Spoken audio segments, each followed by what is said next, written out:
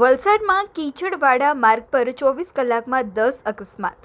વલસાડ જિલ્લાના પારડી સનપુર વિસ્તારના કૈલાસ રોડ પર સ્મશાન ભૂમિ નજીક ભારે કાદવ અને કીચડને કારણે છેલ્લા 24 કલાક દરમિયાન અંદાજે 10 જેટલા અકસ્માતોની ઘટનાઓ સામે આવી છે।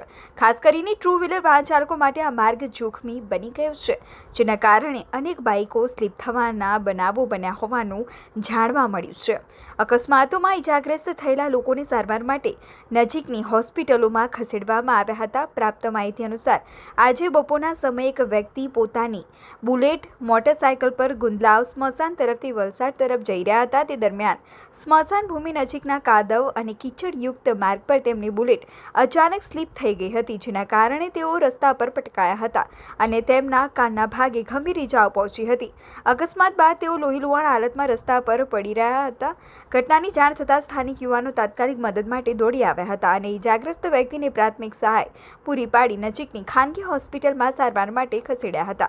સ્થાનિકોના જણાવ્યા અનુસાર છેલ્લા 24 કલાકમાં આ જ સ્થળે અનેક વાહનો સ્લીપ થઈ જવાના બનાવો બન્યા છે, જેના કારણે લોકોમાં ભયનો માહોલ જોવા મળી રહ્યો છે। આ ઘટનાને લઈને સ્થાનિક યુવાનોએ તંત્ર પ્રત્યે ભારે રોષ વ્યક્ત કર્યો હતો। તેમણે જણાવ્યું કે વલસાડમાં આવેલા વિનાશક પૂર બાદ પાણી તો ઉતરી ગયું છે, પરંતુ માર્ગો પર જમા થયેલ કાદવ અને કીચડ દૂર કરવા માટે હજુ સુધી અસરકારક કામગીરી કરવામાં આવી નથી। પરિણામે વાહન ચાલકોને ભારે હાલાકીનો સામનો કરવો પડી રહ્યો છે અને અકસ્માતોની સંખ્યા સતત વધતી રહી છે।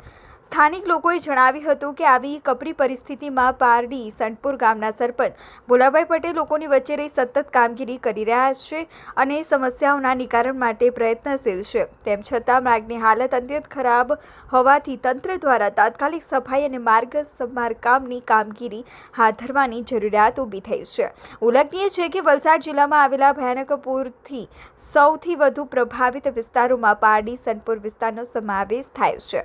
પૂર બાદ હજુ પણ અનેક વિસ્તારોમાં સામાન્ય જનજીવન સંપૂર્ણપણે પૂર્વવત થયું નથી। માર્ગ સફાઈ અને અન્ય મૂળભૂત સુવિધાઓના પ્રશ્નો યથાવત રહેતા સ્થાનિકોમાં અસંતોષ વધી રહ્યો છે।